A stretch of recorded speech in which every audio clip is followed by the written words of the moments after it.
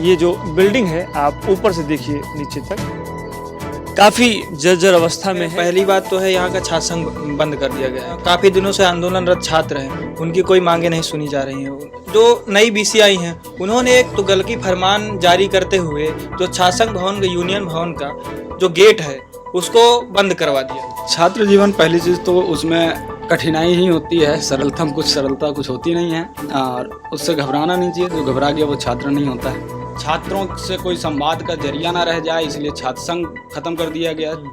ऐसे ऐसे वीसी ऐसे बैठा दी गई हैं विश्वविद्यालय में जिनकी नियुक्ति अवैध तरीके से है।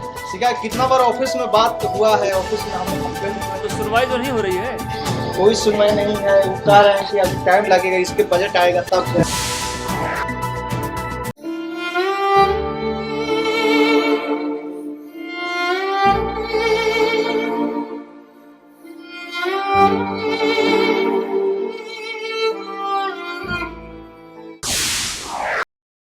नमस्कार, मैं हूं आशुतोष वत्स और आप मुझे देख रहे हैं इस समय इलाहाबाद से। लखनऊ विश्वविद्यालय हो, बनारस विश्वविद्यालय हो, बीएचयू हो, इलाहाबाद विश्वविद्यालय हो, हिंदुस्तान के इतिहास में छात्रों का जो संघर्ष रहा है वो कभी न कभी पटल पे आते रहा है।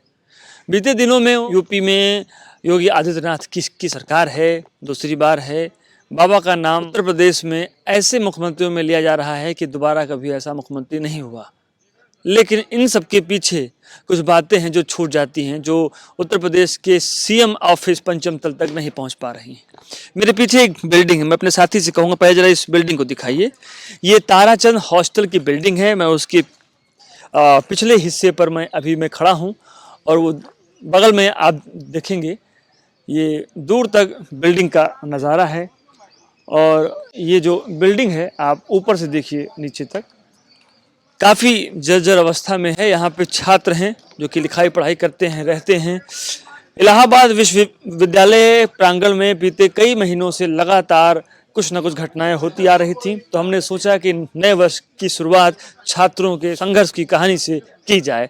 हम पहुंच गए हैं ताराचंद हॉस्टल के एक रूम में हैं, कुछ साथी हैं, हमसे बातचीत करेंगे, हम कुछ समझेंगे छात्रों का जीवन क्या है।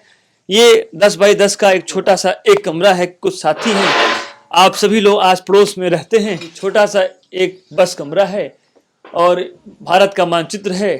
ये संसार का मानचित्र, वो भारत का संविधान है। भारत के संविधान में बहुत सारी बातें लिखी हुई हैं। ये इनका मैप है और आप लोग इसी रूम में मतलब एक आदमी रहता है सर, है ना? आपका नाम क्या है? पुनीत वाजपेयी जी। हम लोग आज किस सोचे कि नए साल में छात्रों से बातचीत की जाए। ये बताइए कि इलाहाबाद विश्वविद्यालय में लगातार हंगामे हो रहे हैं अलग अलग मुद्दों को लेकर के। कभी गाड़ियां फूंक दी जा रही हैं, कभी प्रॉक्टर ऑफिस फूंक दिया जा रहा है, मतलब लगातार क्या समस्याएं हैं क्या? देखिए, जो इलाहाबाद विश्वविद्यालय है अपने आप में बहुत प्राचीन विश्वविद्यालय है, देश का चौथा सबसे पुराना विश्वविद्यालय है। स्थापना इसकी 1887 में हुई थी, 23 सितंबर।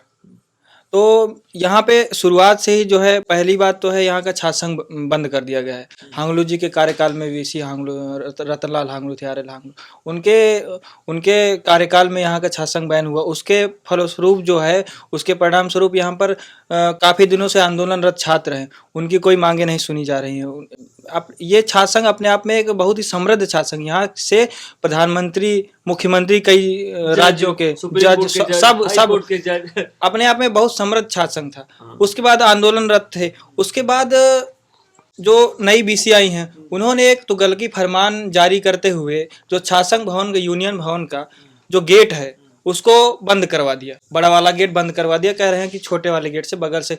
अब छात्र संघ भवन पे जो छात्र नेता हैं वो लोग छात्रों की समस्या सुनने के लिए आते हैं, तो अगर गेट बंद होगा तो क्या प्रभाव जाएगा? तो उसी गेट को खुलवाने के लिए आंदोलनरत छात्र थे। तो उस दिन क्या हुआ था कि गार्डों और छात्रों में कुछ बहस हुई, तो उधर से गार्डों ने गोली चला दी, हवाई फायरिंग कर दी।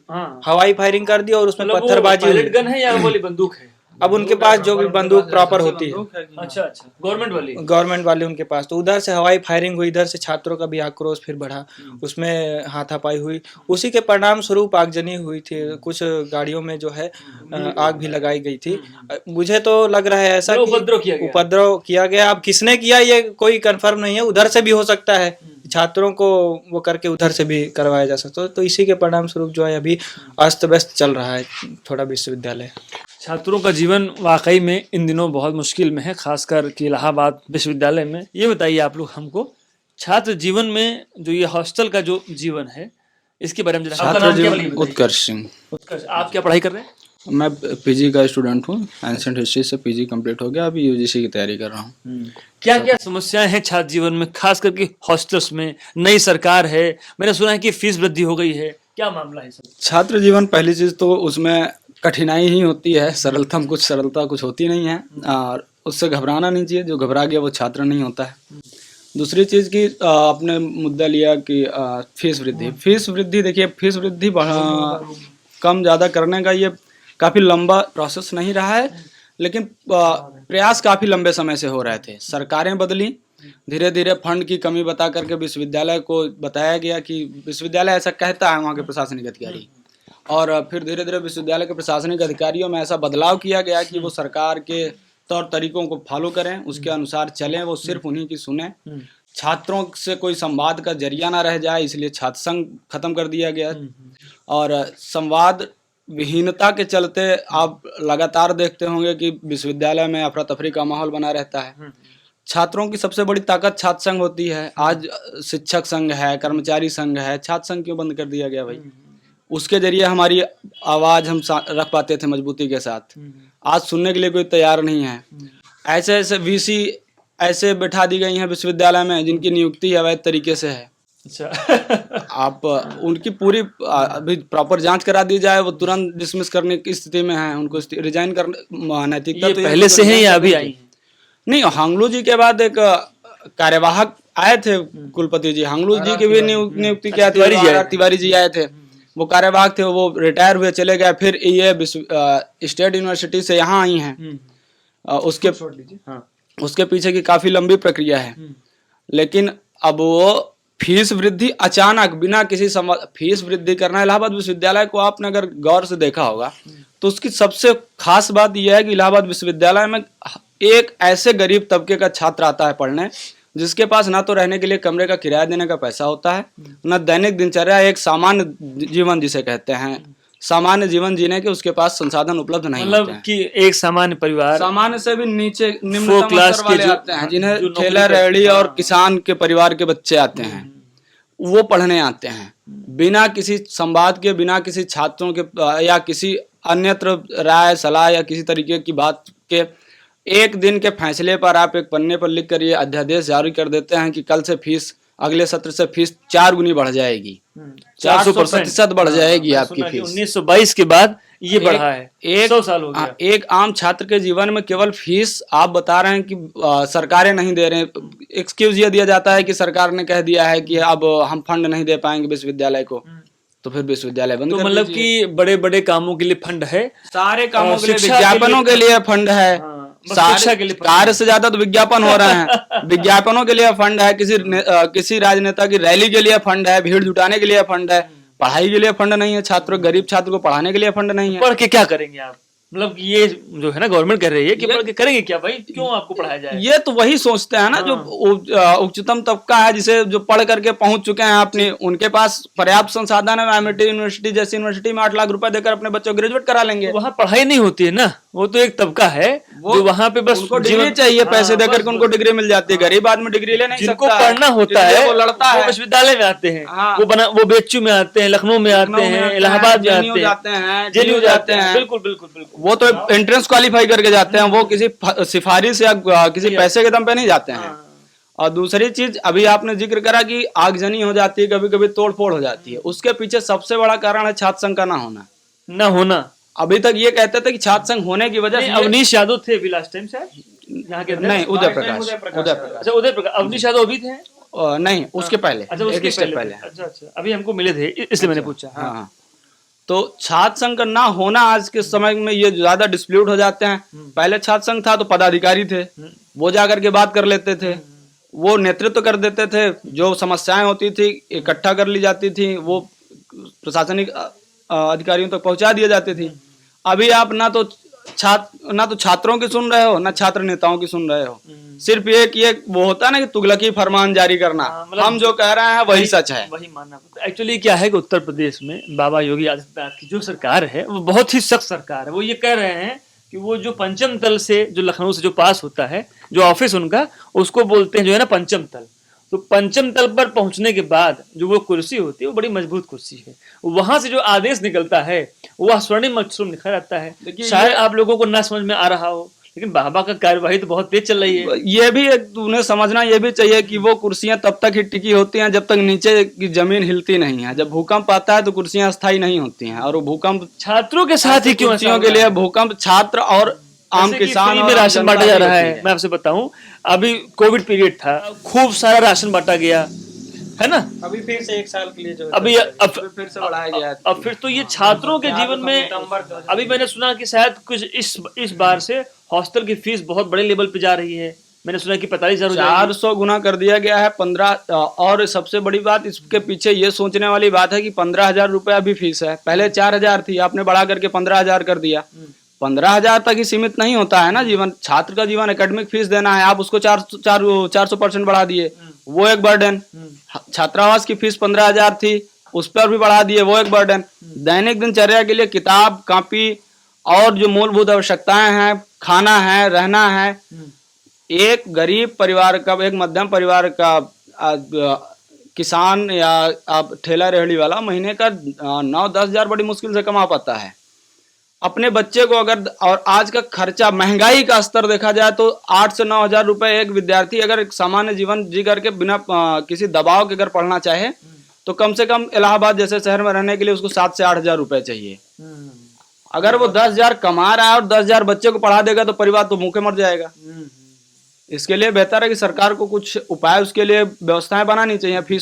फीसों में कम से कम फीसें हों। अभी आप जो पढ़ाई आप कर रहे हैं, जी क्या पढ़ाई कर रहे हैं आप?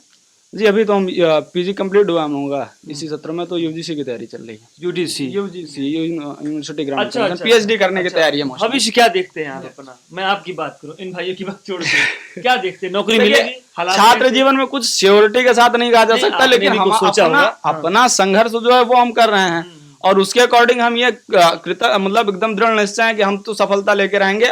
हाँ, ये आएंगे, तानाशाही अवरोध आते रहेंगे, हमेशा आते रहे, आगे भी आते रहेंगे, हम ये उससे कोई नई लड़ेंगे और हमेशा लड़के जीतते हैं, और इस बार भी लड़के जीतेंगे और निश्चित रूप से जीतेंगे, इसमें कोई दो आपका राय नाम नहीं। क्या भैया? गोविंद यादव।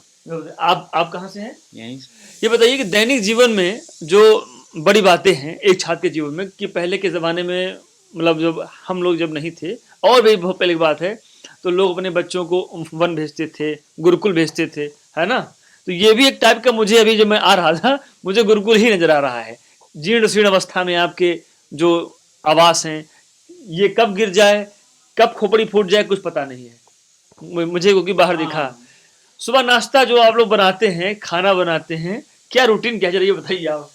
सुबह तो नाश्ता बनता नहीं है, वारी होता है, नाश्ता नहीं होता है? या फिर कभी कभी हुआ तो बन गया। क्लासेस के बीच में फिर दोपहर में आते होंगे? दोपहर में आते हैं, वही दाल चावल वाला जाता है। कि खाली बस दाल चावल रोटी सब्जी या कुछ और भी लोग बनाते हैं? हाँ बिल्कुल, छात्रावास में घूम लीजिए या डेली एसी में, अमूमन आपको छात्रों के जीवन में 2 ही टाइम का भोजन मिलेगा। हाँ। सुबह दाल चावल, शाम को सब्जी रोटी। अच्छा। उसके अलावा कोई भोजन नहीं मिलता है। आप लोग मिल के बनाते हैं या अकेले अकेले? अभी तो मेस बंद चल रही है तो बनाना पड़ता अच्छा, है। ये मेस वाली बात मुझे आई। भंडारी आपका भाग गया है, मैंने सुना है। इस क्या कारण समय क्या है? कारण ये है कि वो उसको कहता है कि हमें डाइट में, एक तो विश्वविद्यालय, बहुत सारे विश्वविद्यालयों में आप जाएंगे, आईआईटीज में या एनआईटीज में, तो वहाँ पे वो मिलता है उनको, बात करते हैं। हाँ। मतलब उसको क्या बोलते हैं, फंड आता है उनको भोजन के लिए, भंडारी के लिए एक फंड आता है कि न्यूट्रिशन चार्ट के हिसाब से हाँ, वहाँ की डाइट होती है। डाइट बार में, और बल्कि डाइट काफी सस्ती होती है छात्रों की। जी जी। यहाँ पर टोटल वाहन छात्रों को ही करना पड़ता है। अच्छा, एक बार मैं पुनः तो जो है महंगाई इसको भी होती है। दिखाऊंगा। ये एक छोटी सी एक कबाड़ मिलती है यहाँ पर छात्रों को रहने के लिए। एक छोटी सी अलमारी होती है, इसमें बैग रखिए, नीचे बर्तन रखिए, आलू गोभी टमाटर रखिए। छात्रों का जीवन वैसे बड़ा इंटरेस्टिंग होता है। मुझे आज ये सौभाग्य मिला है कि मैं ताराचंद हॉस्टल में आऊँ। तो ये पानी की बाल्टी है, झाड़ू, मतलब एक दैनिक जीवन के साथ साथ जो भी चीज़ें होती हैं, छात्रों को स्वयं से खाना बनाना है, स्वयं से रहना है। ये कुछ भाई लोग खड़े हुए हैं यहाँ पर, और ये जो स्थितियां हैं, दरअसल दिक्कत क्या है कि हिंदुस्तान की राजनीति में एक नया बदलाव आया है। बदलाव ये आया है कि जो आवाज़ उठाएगा उसको दबा दिया जाएगा, चाहे मीडिया हो, चाहे छात्र हो, चाहे आमजन हो, चाहे चाहे जो हो। मुद्दे अगर आप उठाते हैं सरकार के खिलाफ तो आपको दबाया जाएगा। यह जो बिल्डिंग है, अभी हम ताराचंद हॉस्टल के ठीक पीछे खड़े हैं, ये आप बिल्डिंग देखिए, बिल्डिंग का उसका सीमेंट तक उखड़ गया है और इसके मतलब बहुत बड़ी जर्जर अवस्था है, बहुत बहुत ज़्यादा दुखद समस्या है। यहाँ पर बहुत सारे छात्र रहते हैं लाइन से, जाड़े का मौसम है। क्या भाई साहब, लिखाई पढ़ाई चल रही है? ये आपकी तो बाउंड्री ही पूरी टूट गई है। हाँ, इसके लिए तो कहा गया कि टूटेगा तो फिर बनाया जाएगा, साल भर से ऊपर हो गया अभी तो ये रात में कूदने में आसानी होता है क्या? गिरने का डर है। अच्छा, गिरने का डर है। अच्छा, तो इसकी शिकायत कहीं की है क्या? शिकायत कितना बार ऑफिस में बात हुआ है, ऑफिस में हम लोग कंप्लेन तो सुनवाई तो नहीं हो रही है? कोई सुनवाई नहीं है। वो कह रहे हैं कि अभी टाइम लगेगा, इसके बजट आएगा तब जो है। बजट आएगा? बजट आएगा? बजट बजट ऑफिस में तो अच्छा अच्छा अच्छा, बहुत सारी समस्याएं हैं। छात्र यहाँ पे रहते हैं। आज हम इलाहाबाद विश्वविद्यालय में कई सारे मुद्दों को देखने आए थे, सुनने आए थे, समझने आए थे। रिपोर्टिंग के क्षेत्र में ये मेरे लिए बहुत ही सुखद अनुभव है। मुझे भी अपना जो एजुकेशन जीवन था वो देखने को मिल रहा है। अभी हम और भी छात्रों से हम बात करेंगे, हम समझेंगे। ये देखिए, यहाँ पे छोटा सा एक ग्राउंड है, लोग यहाँ पर जाड़े के मौसम में वर्कआउट कर रहे हैं, खेल रहे हैं, कूद रहे हैं।